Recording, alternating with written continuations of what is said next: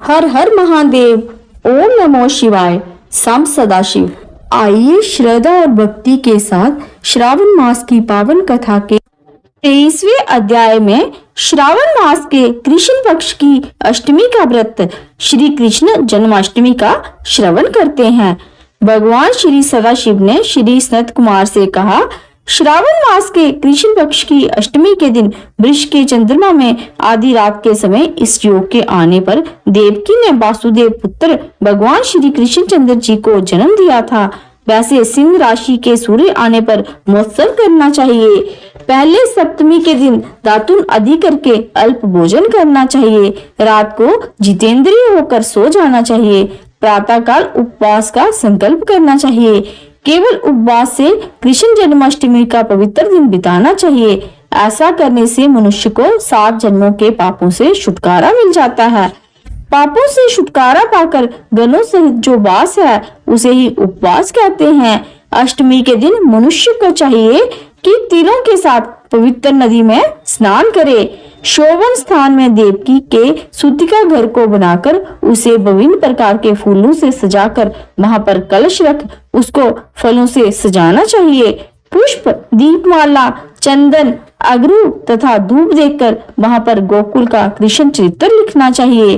वाद्य नृत्य सहित भगवान श्री कृष्ण चंद्र जी का कीर्तन करना चाहिए। दीवार के ठीक बीच के भाग में षष्ठी देवी सहित भगवान श्री कृष्ण चंद्र जी महाराज की मूर्ति रखनी चाहिए।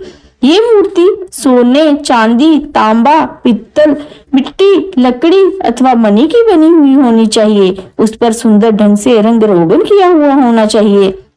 सब लक्षण युक्त वाली ऐसी प्रतिमा को शैया पर रखकर प्रसूता देवकी की भी मूर्ति रखनी चाहिए। फिर शैया पर सोते हुए यशोदा का स्तन पीते हुए बाल कृष्ण को अंकित करना चाहिए। प्रसूत बालिका को लिखकर बाल कृष्ण के पास हाथ जोड़े खड़े हुए देवता, यक्ष, विद्याधर आदि को अंकित करना चाहिए। वहीं पर डाल तलवारधारी वासुदेव को अंकित करना चाहिए।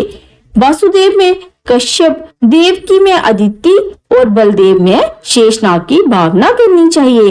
नंद, दक्ष प्रजापति, गर्ग, ब्रह्मा एवं अप्सराएं, गोपियां, गोप, देवता, कालनेमी, कंस और उसके भेजे हुए असुर, वृषासुर, धेनुकासुर, कुंभलिया पिंड, केशी आदि शस्त्रधारी दानव तथा यमुना दहक में काले नाग अंकित करना चाहिए। जो कुछ भगवान श्री कृष्ण चंद्र जी महाराज ने चित्र किया है उसे लिखकर भक्ति के साथ भली प्रकार पूजा करनी चाहिए।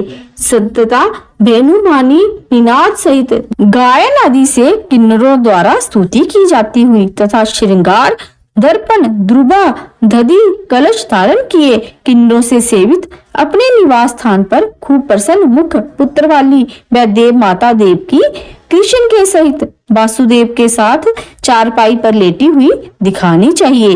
विधि ज्ञाता को सब पाप नाशार्थ आदि में प्रणव तथा अंत में नमा जोड़कर चतुर्यंत युक्त अलग अलग नाम कीर्तन पूजा करनी चाहिए। देवकी, वासुदेव, बलदेव, नंद और यशोदा की अलग अलग पूजा करनी चाहिए। चंद्रोदय हो जाने पर भगवान हरि को याद कर चंद्रमा को अर्घ्य देकर कहना चाहिए, हे क्षीरोदार्णव संभूत अत्रि गोत्र समुद्र भाव आपको नमस्कार है। हे रोहिणी कांत आप मेरे अर्घ्य को स्वीकार करें। देवकी सहित वासुदेव का, यशोदा सहित नंदा का, रोहिणी सहित चंद्रमा का और कृष्ण सहित बलदेव का सविधि पूजन करना चाहिए। ऐसा करने से मनुष्य को सभी वस्तुओं की प्राप्ति हो जाती है। कृष्ण अष्टमी का व्रत 1 करोड़ एकादशी के व्रतों के तुल्य होता है। इस तरह रात को पूजा करके नवमी को प्रातःकाल देवी भगवती विंध्यावासिनी का कृष्ण तुल्य महोत्सव करना चाहिए। भक्ति सहित ब्राह्मणों को भोजन करवाकर अभिष्ट गो धन आदि का दान करना चाहिए और कहना चाहिए, भगवान श्री कृष्ण चंद्र जी महाराज मुझ पर प्रसन्न हो। मैं गो तथा ब्राह्मण रक्षक वासुदेव को नमस्कार करता हूँ। शांति हो तथा कल्याण हो। इस तरह कहकर विसर्जित करना चाहिए। संगे संबंधियों के साथ स्वयं मौन होकर भोजन करना चाहिए।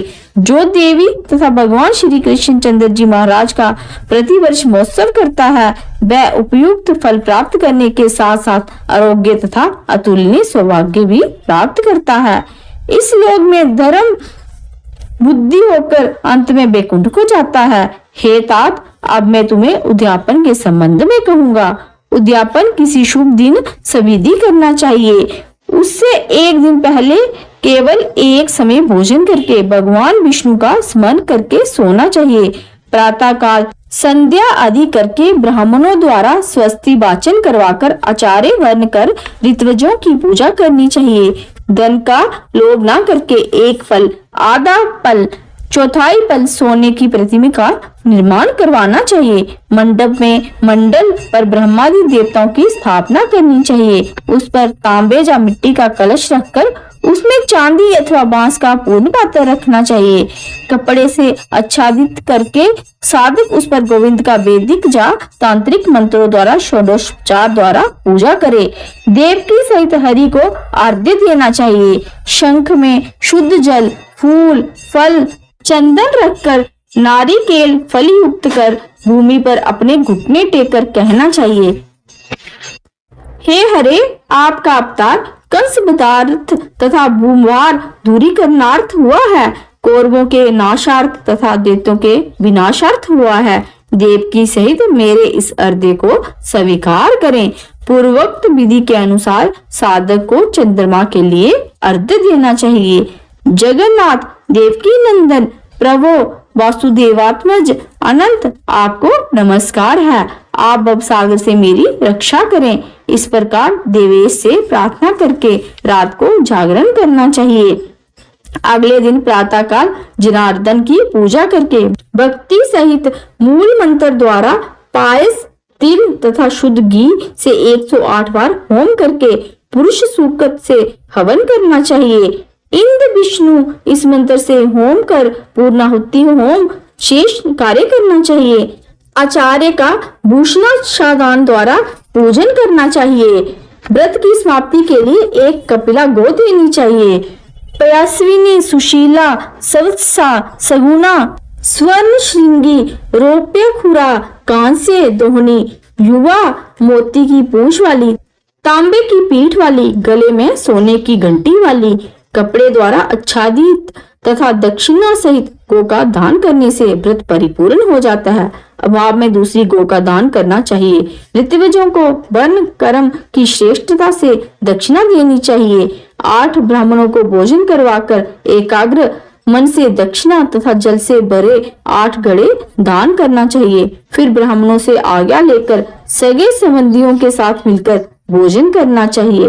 हे तात, इस प्रकार व्रतोद्यापन कर्म करें तो मनुष्य उसी काल पाप से रहित हो सकता है। पुत्र पौत्र धन धान्य से परिपूर्ण हो इस संसार में विबुधोत्तम भूतकाल तक सुख भोगकर अंत में वैकुंठ को जाता है। बोलो कृष्ण मुरारी की जय, बांके बिहारी की जय।